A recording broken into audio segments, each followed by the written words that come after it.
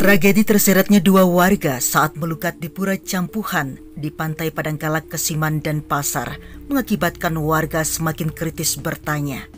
Adapun pertanyaan tersebut dikaitkan dengan peristiwa kebakaran daripada Hotel Bali Beach tahun 2003 silam, di mana salah satu kamar di hotel tersebut dinyatakan tidak terbakar sebab pengaruh Ratu Kidul.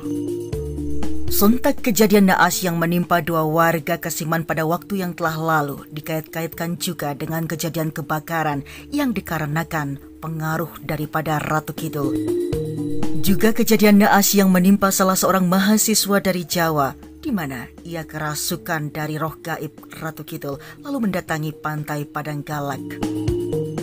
Apakah benar Kanjeng Ratu Kidul ada kaitannya dengan Pantai Padangkalak Bali tersebut? Simak selengkapnya bersama saya Jerota Pakan Silobi di Silobi Omnivora Channel, mengunggah fakta.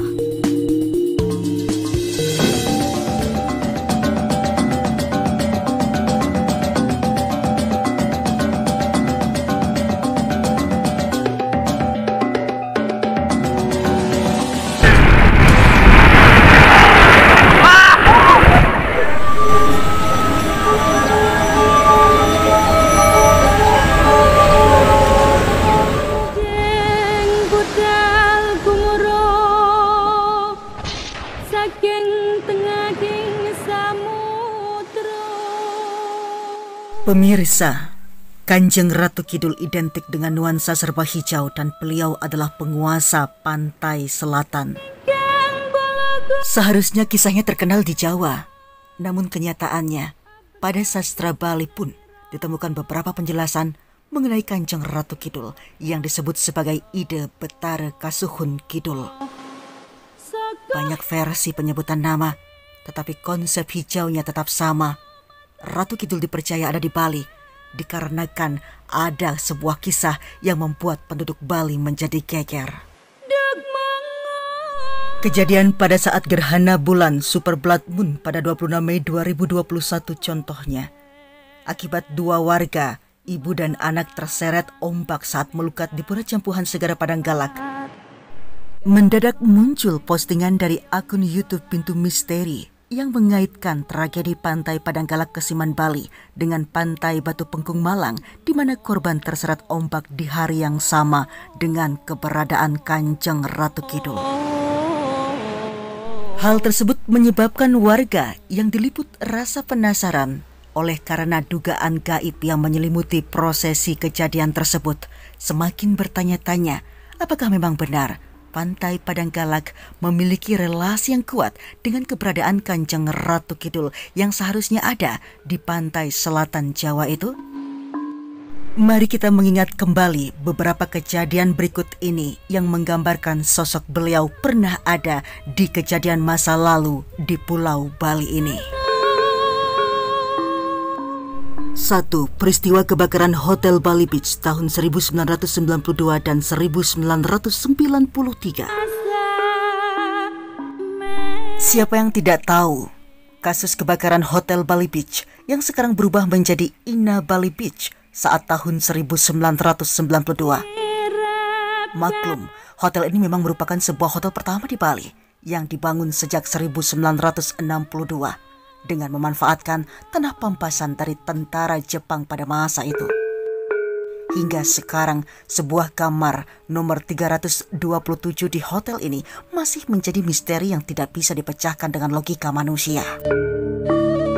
Kebakaran yang melanda Hotel Bali Beach ini memiliki sebuah keanehan, di mana saat peristiwa kebakaran terjadi selama 3 hari 3 malam dan menghanguskan hotel ini. Namun setelah kebakaran tersebut, hanya satu kamar saja yang masih selamat dalam keadaan utuh. Inilah kegaiban dari kamar 327 yang membuat warga Bali bertanya-tanya pada saat itu. Mengapa bisa? Barangkali di tanah Bali sudah terbiasa dengan hal-hal yang berbau misteri, sebab kebanyakan fenomena adalah sesuatu yang tidak dapat diuraikan dengan logika akal sehat, melainkan dengan pernyataan subjektif dari hasil penerawangan seorang paranormal. Konon, sebelum peristiwa itu terjadi, ada sebuah peringatan yang diterima dari salah satu karyawan hotel.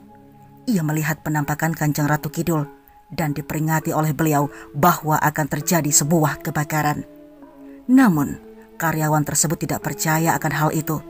Peringatan sama sekali tidak direspon oleh pihak manajemen dan hasilnya si jago merah pun melalap habis semua bangunan Hotel Bali Beach kecuali kamar 327. Sebenarnya, kamar 327 ini merupakan kamar yang nantinya akan didiami oleh Presiden pertama Indonesia, yaitu Insinyur Soekarno untuk bermeditasi. Setelah beliau jatuh dari kursi kepresidenan, kamar ini justru disewakan hingga akibatnya fatal. Hotel ini ludes terbakar. Dan berita kebakaran terkait dengan Hotel Bali Beach tersebut menjadi headline di berbagai media cetak saat itu, baik lokal, nasional, maupun skala internasional. Saat itu pihak manajemen hotel mengundang semua paranormal yang ada di Bali dan sebagian datang dari Pulau Jawa untuk mengetahui kekuatan magis yang ada pada kamar 327. Hasilnya, kamar ini memang memiliki kekuatan magis dan kamar ini merupakan sebuah hadiah dari Ratu Pantai Selatan yang diberikan kepada Insinyur Soekarno. Selain kamar yang diperuntukkan untuk Bung Karno tersebut, ada juga kamar dengan nomor 2401. Adalah kamar yang mendapat perlakuan khusus baik dari sisi perawatan fisik maupun spiritual oleh pengelola hotel. Kamar 2401 merupakan kamar yang disiapkan secara khusus bagi Kanjeng Ratu Kidul penguasa Pantai Selatan ketika hotel ini terbakar di tahun 1993. Hanya kamar yang terletak di lantai 3 itu saja yang masih mulus lolos dari amukan si jago merah. Bagi masyarakat Bali, sebenarnya mempunyai pemimpin yang telah membawa bangsa Indonesia menuju kemerdekaan adalah suatu kebanggaan. Apalagi Ibunda Bung Karno berasal dari Kabupaten Buleleng, Bali. Tampaknya lantaran itu pula kamar di hotel tadi dipercaya menyimpan kekuatan spiritual sang proklamator. Pada setiap bulan suruh ada persembahyangan di kamar 327 dan 2401, lalu sesajennya kemudian dilarung ke laut. Demikianlah kisah misteri terkait dengan kamar yang ada di Hotel Bali Beach yang masih dipercaya oleh masyarakat hingga saat ini terkait keberadaan Kanjeng Ratu Kidul di pantai Padangkalak, Bali. 2. Penari spiritual dari Malang, Jawa Timur mendapat bisikan gaib dari Kanjeng Ratu Kidul untuk menari di pantai Padangkalak, Bali. Penari spiritual Agus Eko Suryanto terbilang seniman aneh. Pria kelahiran 2 Agustus 1990 ini merupakan seorang penari spiritual yang siap selalu menyuguhkan aksinya menuruti perintah gaib. Bali pun dijajal karena alasan berurusan dengan Niskala. Pada akhirnya seniman lulusan Fakultas Sastra Universitas Negeri Malang ini datang ke Bali untuk melaksanakan misi yang tak biasa. Sebuah bisikan gaib menuntun kakinya dari Malang, Jawa Timur hingga sampai di Bali. Bagi Agus, Bali merupakan suatu tempat yang asing karena sekalipun belum pernah datang ke pulau yang dijuluki Pulau Seribu Pura ini. Lantas apa itu penari spiritual? Dengan tersenyum Agus memaparkan penari spiritual dari sudut pandangnya. Penari spiritual berbeda dengan penari pertunjukan. Bagi Agus, menari adalah bentuk lain dari berdoa. Artinya, dengan menari, secara tidak langsung juga berdoa melalui gerakan. Demikian papar guru seni tari di salah satu sekolah di Malang ini. Ketika ditanya mengapa tempat yang dipilih justru Pantai Padangkalak dan Pantai Peti Tengah, warga asli Banyuwangi ini menolak memberikan penjelasan karena tak perlu dibeberkan. Secara tegas, ia mengatakan bahwa salah satu tokoh penuntun spiritual yang paling dihormati adalah Kanjeng Ratu Kidul. Baginya, beliau adalah ibu dari segala ibu, sesuai dengan kepercayaannya yang orang sebut dengan istilah kejawen. Maka Agus telah dekat dengan Kanjeng Ibu. Dan menurut Agus, posisi Pantai Padangkalak langsung menghadap Laut Selatan menjadikannya sebagai salah satu tempat petilasan dari Kanjeng Ratu Kidul. 3. Pelinggih Ratu Ayu Manik Segara di Pura Campuhan Windu Segara, Padangkalak, Kesiman, dan Pasar. Ratu Ayu Manik Segara distanakan dengan dibuatkan pelinggih di Pura Campuhan Windu Segara adalah menempatkan putri dari Ida Betara Dewi Danuh yang merupakan penguasa dan pelindung sumber mata air serta pantai atau lautan. Ratu Ayu Manik Segara identik dengan inti dari sumber kehidupan bagi umat manusia.